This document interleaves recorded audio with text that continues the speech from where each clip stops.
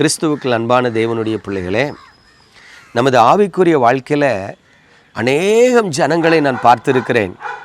அவர்கள் எல்லோரும் சொல்லுவாங்க, கொஞ்சம் கிருபை தந்தார்னா நல்லா இருக்கும் ஐயா, அவரை தேடிக்கிட்டு இருக்கேன், ஆண்டவர் எனக்கு கிருபை தந்தார்னா இந்த வீட்டை கட்டி முடிச்சுருவேன், கர்த்தர் எனக்கு கிருபை தந்தார்னா என் பிள்ளைக்கு ஒரு நல்ல திருமணத்தை பண்ணி கொடுத்துருவேன், கர்த்தர் எனக்கு கிருபை தந்தார்னா என் வாழ்க்கையில் இருக்கிற கடனெல்லாம் அடைச்சிட்டு நிம்மதியாக வந்துடுவேன், கர்த்தர் எனக்கு கிருபை தந்தார்னா இந்த உலகத்தில் நான் சந்தோஷமாக இருப்பேன் என்று அநேகர் சொல்லுகிறத நான் கேட்டிருக்கிறேன்.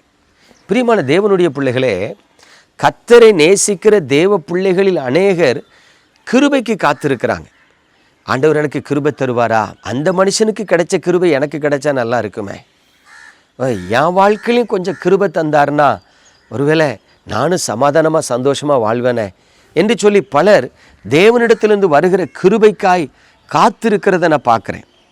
பிரியமானவர்களே, ஆனால் கிருபையை எப்படி பெற்றுக்கொள்ள வேண்டும் என்று தெரியாமல் தேவனுடைய பிள்ளைகள் போராடி கொண்டு இருக்கிறதையும் பார்த்து வருத்தப்படுகிறேன். நல்ல கவனிங்க, இங்கே வேதம் நமக்கு ஒரு காரியத்தை மிக தெளிவாய் சொல்லுகிறது. 2 பேதுரு 1:2 பாருங்கள். தேவனையும் நம்முடைய கர்த்தராகிய இயேசுவையும் அறிகிற அறிவினால் உங்களுக்கு கிருபையும் சமாதானமும் பெருக கடவது. எனக்கு அன்பான தேவனுடைய பிள்ளைகளே, ஆவிக்குரிய வாழ்க்கையில் கிருபையை எப்படி பெற்றுக்கொள்ளலாம், எப்படி சமாதானமாக வாழலாம் என்கிற வழி தெரியாமல் பல குடும்பத்தில் கண்ணீர் வடிக்கிறதையும் கஷ்டப்படுகிறதையும் போராடி கொண்டு இருக்கிறதையும் பார்க்குறேன். அநேக குடும்பங்கள் கிறிஸ்தவ குடும்பங்கள் என்று சொல்லிக்கொண்டு சமாதானம் இல்லாமல், சந்தோஷம் இல்லாமல், நிம்மதி இல்லாமல் கண்ணீரோடு வாழ்ந்து கொண்டு இருக்கிறத பார்க்குறேன். ஐயா, இவங்க கிறிஸ்தவர்கள் தானே? ஆமாம். இவங்க ஜெபிக்கிறவங்க தானே? ஆமாம். இவர்கள் ஆலயத்துக்கு செல்லுகிறவர்கள் தானே? ஆமாம். பிறகையே அவங்க வாழ்க்கையில் சமாதானம் இல்லை. வேதம் சொல்லுகிற ஒரு காரியத்தை கவனிக்க தவறிட்டாங்க. இன்றைக்கி பல கிறிஸ்தவர்கள் ஜெபிக்கிறாங்க, ஆனால் தேவனை குறித்து அறிகிற அறிவிலே வளர்ந்திருக்கிறார்களா அப்படின்னு பார்த்தா இல்லை. பிரியமானவர்களே, எதுக்காக ஆண்டவர் சொல்றார் வேதத்தை கவனித்து பாருங்கள்? ஏன் சொல்றாரு? வேத வாக்கியங்களை ஆராய்ந்து பாருங்கள் ஏன் சொல்றாரு? நம்மை படைத்த தேவனாகிய கர்த்தரை குறித்த அறிவு நமக்கு உண்டானால், அல்லது நம்முடைய தேவனை குறித்த அறிகிற அறிவிலே நாம் வளருவோம் என்று சொன்னால், அதனால் நமக்கு கிருபையும் சமாதானமும் உண்டாகிறது. கவனிக்கணும்.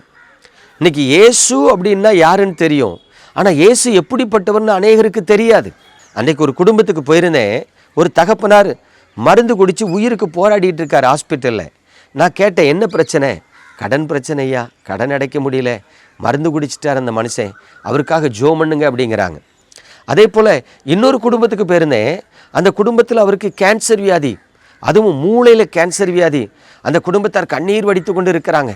அந்த குடும்பத்தில் ஒருத்தர் சொல்கிறாங்க, மந்திரவாதம் பார்க்க போயிட்டோம் ஐயா, குறி கேட்க போயிட்டோம் ஐயா, எல்லா இடத்துக்கும் சுற்றி அடைஞ்சு வந்துட்டோம் ஐயா, என் புருஷன் பிழைச்சா பரவாயில்ல. இப்போ யோசித்து பாருங்க, அநேக தேவ ஜனங்கள் சமாதானமாக சுகமாக ஆசீர்வாதமாக வாழ விரும்புகிறாங்க. அதுக்கு என்ன செய்யணுங்கிறது அவங்களுக்கு தெரியல. வேதம் மிக திட்டமாக சொல்லுது, தேவனை குறித்து அறிகிற அறிவு ஒரு மனிதனுக்கு சமாதானத்தை கொடுக்கும். தேவனை குறித்து அறிகிற அறிவு ஒரு மனிதனுக்கு கிருபையை கொடுக்கும். அதாவதுங்க, தேவனுடைய கண்களில் ஒரு மனிதனுக்கு கிருபை கிடைச்சிச்சுன்னா எத்தனை ஆபத்து வந்தாலும் அதை அவனை சேதப்படுத்தாது. எனக்கு தெரிஞ்ச ஒரு தம்பி ஒரு 4 வருஷத்துக்கு முன்னாடி பார்த்தீங்கன்னா ஒரு டூர் போயிருந்த இடத்துல எதிர்பாராமல் 2 வேன், ஒரு பஸ்ஸும் வேனும் ஆப்போசிட் கிராஷ் ஆகுது, ஆக்சிடெண்ட்டு. அந்த ஆக்சிடெண்ட் ஆகும்போது பார்த்தீங்கன்னா தூங்கிட்டு இருந்த தம்பி பார்த்தீங்கன்னா பஸ்ஸில் இருந்த தம்பி அப்படி முன்னாடி வந்து மத்தியில் அந்த கம்பி இருக்கும் பார்த்தீங்கன்னா, சீட்டில் மேலே கம்பி, அந்த கம்பியில் வந்து அவன் மண்டி பட்டார்னு அடி. அந்த தம்பி சொல்கிறான், அண்ணே அப்படி சாஞ்சு தூங்கிட்டு இருந்தேன்னா ஆக்சிடெண்ட் ஆன உடனே முன்னாடி வந்து அடித்த அடியில் என் மண்டவோடு கலந்துருக்கும்னு நினச்சேன், ஆனால் ஒரு வீக்கம் கூட இல்லைண்ணே, ஒரு சின்ன வீக்கம் கூட இல்லை. அடித்த அடியில் என் பக்கத்தில் இருந்தவங்களாம் பயந்துட்டாங்க, தம்பி ரத்த கட்டு இருக்கான்னு பாருமா, மண்டை உடஞ்சிட்டோ. ஒரு அரை மணி நேரம் வரைக்கும் அவன் மண்டையை தோண்டிக்கிட்டு இருந்தாங்களாம். முடிக்கல ரத்தம் வந்துட்டா, கிராக் வந்துட்டா, நீ வீட்டில் போன உடனே எக்ஸ்ரே எடுத்து பார்த்துரு, ஸ்கேன் பண்ணி பார்த்துரு. அவன் சொல்கிறான், அவனும் பயந்து வீட்டில் வந்து சொல்லி ஸ்கேனு எக்ஸ்ரே எல்லாம் எடுத்து பார்த்துருக்கான். ஒரு சின்ன டேமேஜ் இல்லை. அப்போ அவன் சொல்கிறான், அண்ணே அன்னைக்கு தான் ஜெபம் பண்ணிட்டு வந்தேனே, ஆண்டவரே ஊருக்கு போகிறேன், என்னை கிருபையாக பாதுகாத்துக்கிடுங்கன்னு ஒரு நாளும் ஜெபம் பண்ண மாட்டேன், அன்னைக்கு தான் ஜெபம் பண்ணிட்டு வந்தேன். எப்பா ஆண்டவர் கிருபையாக என்னை பாதுகாத்துட்டார்னா. பாருங்க, ஒரு மனிதனுக்கு கிருபை கிடைக்கும் பொழுது எப்பேற்பட்ட ஆபத்துக்கும் அவனை விலைக்கு பாதுகாக்கிறார். ஆனால் அந்த கிருபை வேணும்னா தேவனை அறிகிற அறிவு நமக்கு வேணும், தேவனுக்கு பயப்படுகிற பயம் வேணும். அந்த சம்பவத்துக்கு பிறகு அந்த பையன் சொல்கிறான், நான் ஒழுங்காக பைபிள் படிக்கிறேன், ஏசப்பாவுடைய அற்புதங்களை குறித்து தியானிக்கிறேன், பரிசுத்தவான்களுடைய வாழ்க்கை வரலாறு குறித்து தியானிக்கிறேன், தேவன் தம்முடைய ஜனங்களை எப்படி நடத்தினாருங்கிறதை தியானிக்கிறேன், எப்பொழுதெல்லாம் தேவன் தமது ஜனத்துக்கு ஒத்தாசை பண்ணினார் தியானிக்கிறேன். பாருங்க, ஒரு இன்சிடெண்ட் ஒரு பையனை அப்படியே கர்த்தரை குறித்து அறிகிற அறிவுக்குள்ளே நடத்தி அவன் வாழ்க்கை இன்றைக்கு ஆசீர்வாதமாக இருக்கிறது. ஒருவேளை நீங்கள் அழுது ஜெபித்திருக்கலாம், உபவாசித்து ஜெபித்திருக்கலாம், போராடி ஜெபித்திருக்கலாம், பொருத்தனை பண்ணி ஜெபித்திருக்கலாம். எவ்வளவோ ஜெபித்தும் இன்றைக்கு உங்கள் குடும்பத்தில் சில நேரம் சமாதானம் இல்லாமல், சந்தோஷம் இல்லாமல், ஆசீர்வாதம் இல்லாமல், ஏன் ஆண்டவருடைய கிருபை இருக்கா இல்லைன்னு தெரியாமல் நீங்கள் வாழ்ந்துட்டு இருக்கலாம். ஏசப்பா நாமத்தில் தாழ்மையாக சொல்கிறேன், தேவனாகிய கர்த்தரை அறிகிற அறிவுக்குள்ளே நீங்கள் கடந்து வாங்க. வேதத்தை வாசிங்க, ஆண்டவர் எப்படிப்பட்டவர் தியானம் பண்ணுங்க, ஆண்டவர் எப்படிப்பட்ட நேரத்தில் கிருபை செய்கிறார் தியானம் பண்ணுங்க, ஆண்டவர் யாருக்கெல்லாம் உதவி செய்தார், எப்படிப்பட்ட ஜெபங்களுக்கு பதில் கொடுத்தார், அப்படி நீங்கள் வேதத்தில் தேவனை குறித்து அறிகிற அறிவுக்குள்ளே கடந்து வாங்க.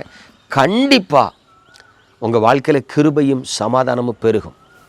உங்களை கைவிட மாட்டார், உங்கள் பிள்ளைகளை கைவிட மாட்டார். இக்கட்டில் ஆபத்தில் உங்களுக்கு துணை நின்று உங்களை பாதுகாத்து தப்புவித்து அவர் நீதியின் பாதையில் கால் இடராமல் நடத்துவார். எனக்கு அன்பான தேவனுடைய பிள்ளைகளே, ஏதோ கடமைக்கு ஜெபிச்சேன் பைபிள் வாசிக்கங்கிறாம அவரை குறித்து அறிகிற அறிவுக்குள்ளே கடந்து வாங்க. ஒரு நாளும் உங்கள் வாழ்க்கையில் ஒரு நன்மை குறையப்படாது. நம்ம ஜெபிப்போமா? எங்கள் அன்பின் பரலோக தகப்பனே, பரிசுத்தமான இந்த நல்ல காலை வேலைக்காய் ஸ்தோத்திரம். உங்கள் பலத்த கரத்தில் உமது பிள்ளைகளை தருகிறேன்.